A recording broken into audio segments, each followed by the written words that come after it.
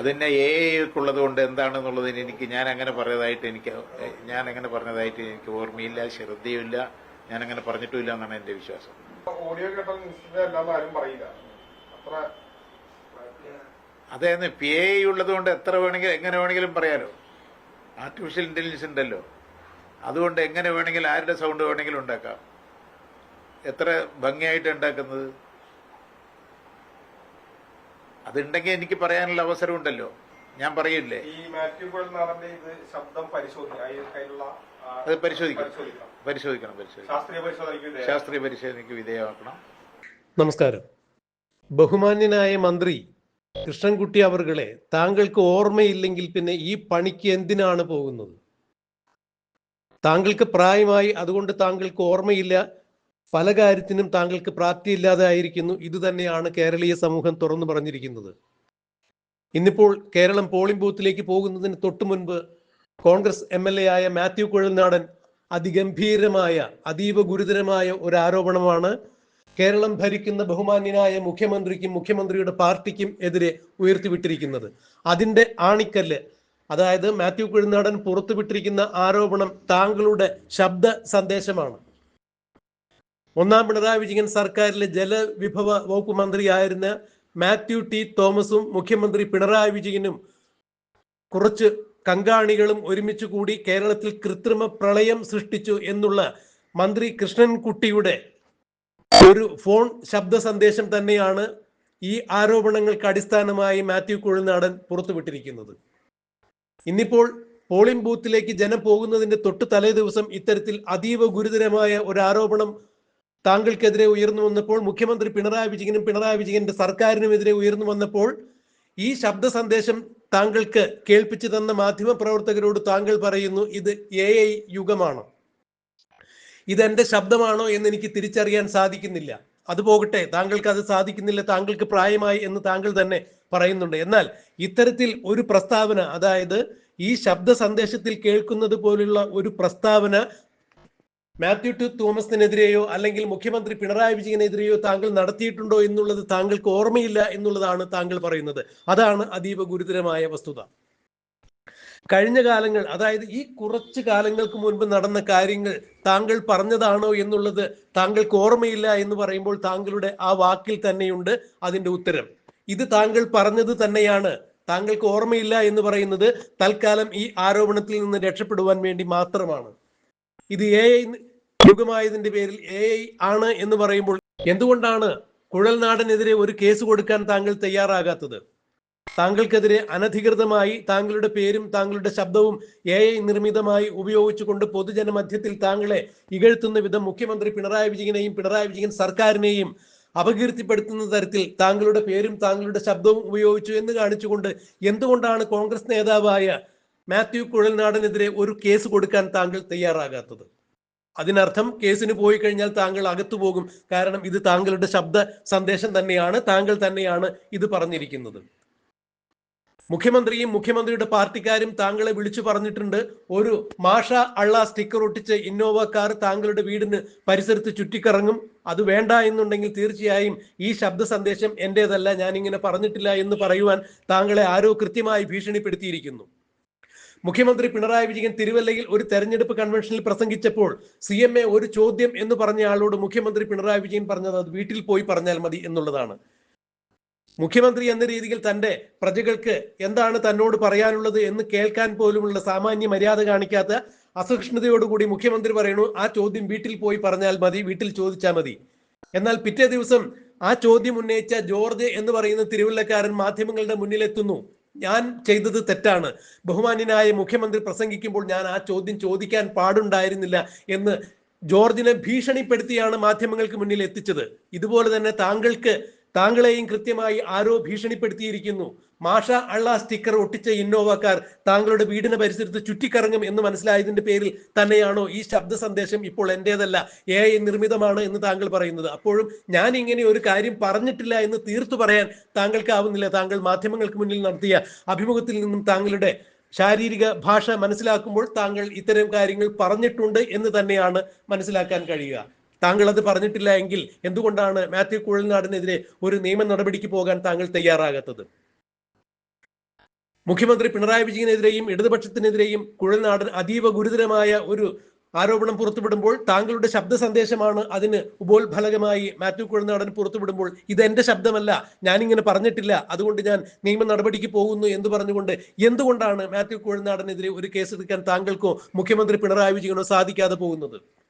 അതിനർത്ഥം താങ്കൾക്ക് ഈ കാര്യത്തിൽ കൃത്യമായ പങ്കുണ്ട്, മുഖ്യമന്ത്രി പിണറായി വിജയനും പങ്കുണ്ട് എന്നുള്ളത് താങ്കൾക്കും അറിയാം. നിയമ നടപടികളുമായി പോയി കഴിഞ്ഞാൽ പണ്ട് സ്വപ്ന സുരേഷ് മുഖ്യമന്ത്രിയുടെ കുടുംബത്തിനെതിരെ ഉന്നയിച്ച ഒരു ആരോപണത്തിന് പോലും മുഖ്യമന്ത്രി കേസ് കൊടുക്കാതിരുന്നതും അതുകൊണ്ട് തന്നെയാണ്. കാരണം സ്വപ്നയ്ക്കെതിരെ കേസ് കൊടുത്താൽ സ്വപ്ന തെളിവുകൾ കോടതിയിൽ ഹാജരാക്കും, മുഖ്യമന്ത്രിയും കുടുംബവും അകത്തു പോകും.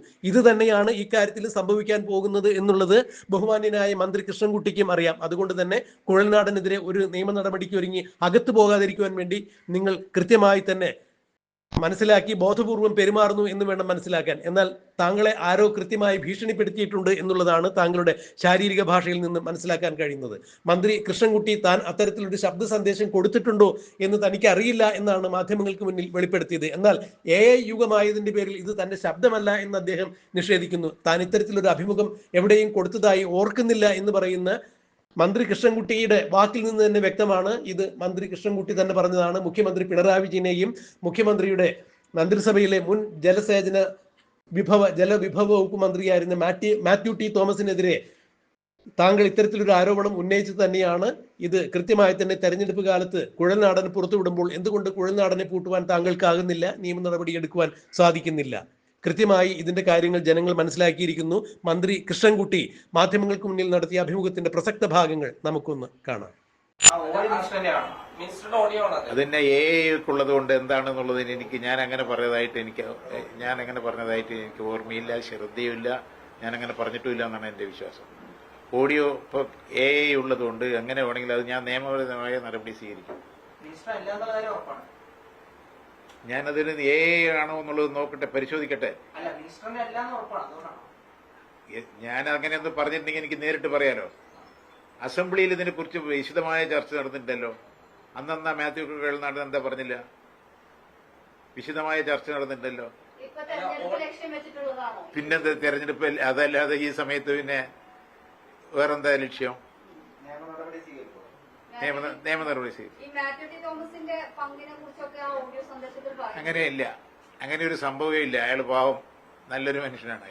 അങ്ങനെ മാത്യു ടി അയാളുടെ ജീവിതത്തിൽ അങ്ങനെ ചെയ്തിട്ടില്ല. പക്ഷെ അത് എന്തുകൊണ്ട് അസംബ്ലിയിൽ നിന്നത് പറഞ്ഞില്ല മാത്യു ടി? അല്ല, കുഴൽനാടൻ മിനിസ്റ്റർ പ്രധാനമായിട്ട് പറയുന്നത് കേരളത്തെ തകർത്ത പ്രളയം മനുഷ്യനിർമ്മിതമാണെന്നും കരിമണൽ ലോറിക്ക് വേണ്ടി മന്ത്രിയും സർക്കാരും പ്രവർത്തിച്ചു എന്നുള്ളതാണ് അത് പറയുന്നതിന്റെ രത്നചുരുക്കം. അത് രത്നചുരുക്കം തന്നെ. അതിനെക്കുറിച്ച് ഞാനൊന്ന് പരിശോധിക്കട്ടെ. എന്നിട്ട് നിയമ നടപടി എങ്ങനെ സ്വീകരിക്കുന്നുള്ളത് AI-ക്കുള്ളതാണല്ലോ. അത് നിയമ നടപടി എങ്ങനെ സ്വീകരിക്കുന്നുള്ളത് ഞാൻ ആലോചിക്കും.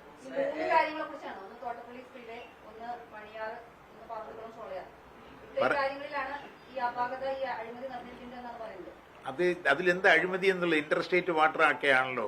അതിലെന്ത് അഴിമതി ചെയ്യാൻ സാധിക്കും? സമ്മർദ്ദം എങ്ങനെ നടത്താൻ പറ്റും? അല്ല, അത് അസംബ്ലിയിൽ ഇത് ഡീറ്റെയിൽ ആയിട്ട് ചർച്ച ചെയ്തല്ലോ. അന്നെന്താ ആരും ഉന്നയിച്ചില്ല? അത്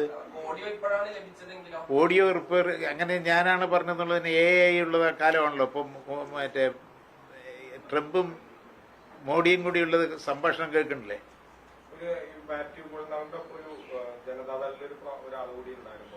അയാൾക്കുള്ള ചില അസൗകര്യങ്ങൾ ഉണ്ടായിട്ടുണ്ടാവും. എല്ലാം നമുക്ക് സംരക്ഷിച്ചു കൊടുക്കാൻ സാധിക്കില്ലല്ലോ. അതൊക്കെ ആയിരിക്കും അതിന്റെ പിന്നീട് തോന്നുന്നത്. അതല്ലേ ലക്ഷ്യമുണ്ടല്ലോ.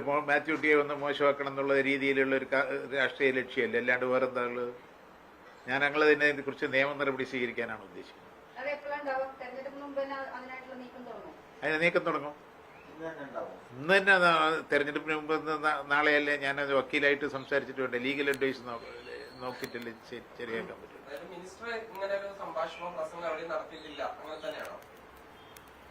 ഇതെന്താ ഇത് ഞാൻ പറയേണ്ടത്? അസംബ്ലിയിൽ ഇതിനെക്കുറിച്ച് വിശദമായ ചർച്ച ചെയ്തു. ഇതിനെ കുറിച്ചിട്ട് എന്താണെന്ന് പരിശോധിക്കട്ടെ. അങ്ങനെ തന്നെ ഇതിനു മുമ്പ് ഹൈക്കോടതി പോയിട്ടുണ്ട്, സുപ്രീം കോടതിയും പോയിട്ടുണ്ട്, അമിക്കസ് ക്യൂറി വെച്ച് ഹൈക്കോടതി അന്വേഷിക്കുകയും ചെയ്തിട്ട് തള്ളിക്കളയുകയും ചെയ്തു. ഈ ഇലക്ഷൻ മുമ്പിൽ വരുന്നത് സ്വാഭാവിക ഇലക്ഷന് വേണ്ടി ഉണ്ടാക്കിയ ഒരു വാർത്തയാണെന്നാണ് എനിക്ക് തോന്നുന്നത്. ഓഡിയോ കേട്ടാൽ അല്ലാതെ ആരും പറയില്ല. അത്ര അതായത് PA ഉള്ളത് കൊണ്ട് എത്ര വേണമെങ്കിലും എങ്ങനെ വേണമെങ്കിലും പറയാലോ. ആർട്ടിഫിഷ്യൽ ഇന്റലിജൻസ് ഉണ്ടല്ലോ, അതുകൊണ്ട് എങ്ങനെ വേണമെങ്കിലും ആരുടെ സൗണ്ട് വേണമെങ്കിലും ഉണ്ടാക്കാം. എത്ര ഭംഗിയായിട്ട് ഉണ്ടാക്കുന്നത്. അതുണ്ടെങ്കിൽ എനിക്ക് പറയാനുള്ള അവസരം ഉണ്ടല്ലോ, ഞാൻ പറയില്ലേ. ഈ മാത്യു നാടന്റെ ഇത് ശബ്ദം അത് പരിശോധിക്കണം. ശാസ്ത്രീയ പരിശോധനയ്ക്ക് വിധേയമാക്കണം. പ്രളയ സമയത്ത് ഡാം മാനേജ്മെന്റ് ഒക്കെ കൃത്യമായിരുന്നു എന്ന ഒരു അഭിപ്രായം തന്നെയാണുള്ളത്. ഇല്ല, IIT നോക്കിയിട്ടുണ്ടല്ലോ, അത് മഴയുടെ കാരണം കൊണ്ടാണ് വന്നിട്ട് എന്നുള്ളത് IITയുടെ റിപ്പോർട്ട് ഉണ്ടല്ലോ. ഇനി അതിൽ മീതെ ആരാ റിപ്പോർട്ട് ചെയ്യണം?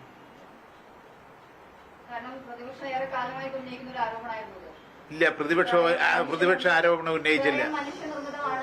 മനുഷ്യൻ അതിനെന്ന അസംബ്ലിയിൽ ഇത് ചർച്ച ചെയ്യണ്ടേ? അസംബ്ലിയിൽ നിങ്ങൾ റെക്കോർഡ് നോക്കി. മാത്യു കുഴൽനാടൻ ഉണ്ടല്ലോ അസംബ്ലിയിൽ, അയാൾ എന്താ അതിനെക്കുറിച്ച് എന്നാ പറഞ്ഞില്ല? അത് IIT റിപ്പോർട്ട് വന്നിട്ടുണ്ട്. വളരെ കാലവർഷക്കെടുതി കൊണ്ടാണ് വന്നിരിക്കുന്നത് എന്നുള്ള റിപ്പോർട്ട് വളരെ അതിനെക്കുറിച്ച് അന്വേഷിക്കാൻ വേണ്ടി വെച്ചു. IIT വളരെ ക്ലിയറായി റിപ്പോർട്ട് വന്നിട്ടുണ്ടല്ലോ. പിന്നെന്താ കുറ്റക്കാരെ പറയണം? ആരെ കുറ്റപ്പെടുത്താൻ പറ്റും?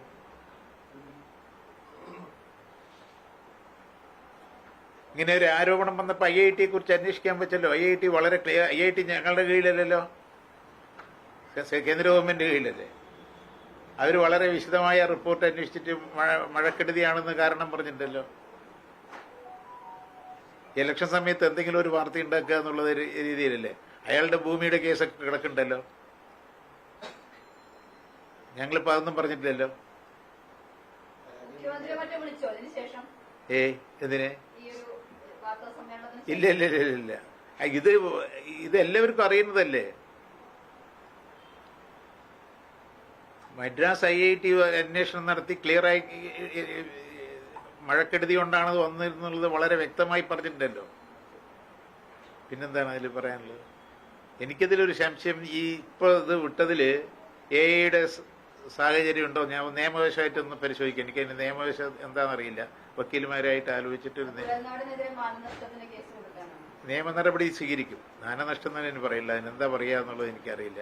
നിയമ നടപടി സ്വീകരിക്കും. അല്ലാണ്ട് ഈ സമയത്ത് കൃത്രിമമായിട്ട് ഇതൊരു ഒരു ഒരു ഒരു വാർത്ത ഉണ്ടാക്കാൻ പാടില്ലല്ലോ. എന്താ സംശയം? സംശയം എന്താണ് അതില്? പറമ്പിക്കുളത്തിന്റെയൊക്കെ നിങ്ങൾ സംസാരിക്കുന്നത്, പറമ്പിക്കുളത്തിന് വേണ്ടി വാദിക്കുന്ന ഒരാളാണല്ലോ ഞാൻ. ഇപ്പൊ വെള്ളത്തിന്റെ ഒരു തർക്കമില്ലാതെ കൃഷിക്കാർക്ക് ഈ 8 വർഷമായിട്ട് ഉണക്കം പറയുന്നത് സാധനമില്ലല്ലോ. 10 വർഷമായിട്ട് എക്സസ് വെള്ളമില്ല. ഇപ്പൊ വെള്ളം നമുക്ക് തരാനില്ല. എപ്പോഴും വെള്ളം ഇറങ്ങിക്കൊണ്ടിരിക്കുകയല്ലേ.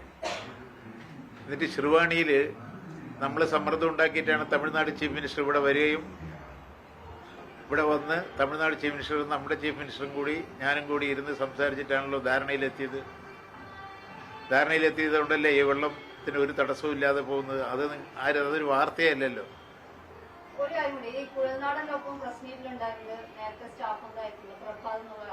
അതെ, അയാൾക്ക് അയാൾ ചില ആവശ്യങ്ങൾ ഉന്നയിച്ചിട്ടുണ്ട്. അത് കിട്ടാത്തതിന്റെ പേരിൽ ഞാനും എന്താ ചെയ്യാൻ പറ്റുക? അത് ചെയ്യാൻ പറ്റുന്നതല്ലേ ചെയ്ത് കൊടുക്കാൻ പറ്റുള്ളൂ.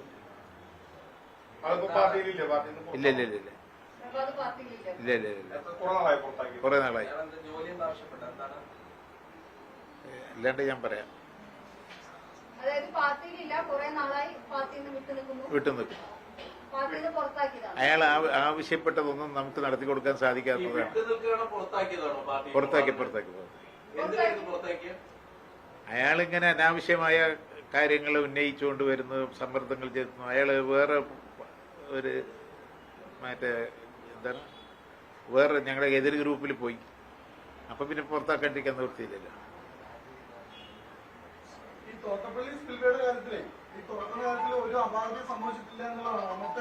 അതെല്ലാം നമ്മളല്ലേ പറയേണ്ടത്, വിദഗ്ധന്മാരല്ലേ പറയേണ്ടത്. IIT വളരെ ക്ലിയർ ആയിട്ട് റിപ്പോർട്ട് കൊടുത്തിട്ടുണ്ട്. അതല്ല കുഴപ്പമെന്ന്. പിന്നെന്താ അതിൽ മീത് പറയാനുള്ളത്? അന്ന് അതുമായി ബന്ധപ്പെട്ട് ഈ മന്ത്രിസഭയിലെ തീരുമാനങ്ങളിൽ ഒന്നും പാളിച്ച സംഭവിച്ചിട്ടില്ല എന്നുള്ളതാണോ തീർച്ചയായിട്ടും ഒരു പാളിച്ചയും സംഭവിച്ചിട്ടില്ല. അന്ന് വളരെ ക്ലിയർ ആയിട്ട് അസംബ്ലി ഉണ്ടായിരുന്നല്ലോ, ചർച്ച ചെയ്തില്ലേ? എന്തേ അവിടെ ഉന്നയിച്ചില്ല ആരും? അസംബ്ലി ചർച്ച ചെയ്തില്ലേ? പിന്നെ ഇത് വെറുതെ ഒരു കൃത്രിമമായി ഉണ്ടാക്കുക എന്ന് പറഞ്ഞാൽ ഈ ഇലക്ഷൻ സമയത്ത് ഒരു വാർത്ത ഉണ്ടാക്കാൻ വേണ്ടി